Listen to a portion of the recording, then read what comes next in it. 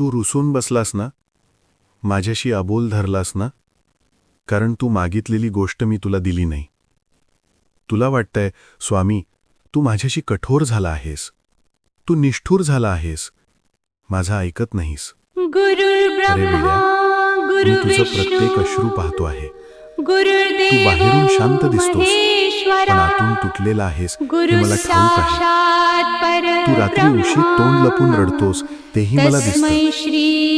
तू लोकांसमोर हसतोस, पण एकटेपणी स्वतःशी झगडतोस तेही मला माहीत आहे. पण ऐक, तू जे मागितलंस ते मी दिलं नाही याचा अर्थ असा नाही की मी तुला दुर्लक्ष केलं. कधी-कधी नकार देणं हेच माझं सर्वात मोठं संरक्षण असतं. तू म्हणतोस, मला हेच हवं होतं स्वामी, दुसरं काही नको होतं. पण मला माहीत आहे ते तुला हवं होतं, पण ते तुझ्यासाठी योग्य नव्हतं.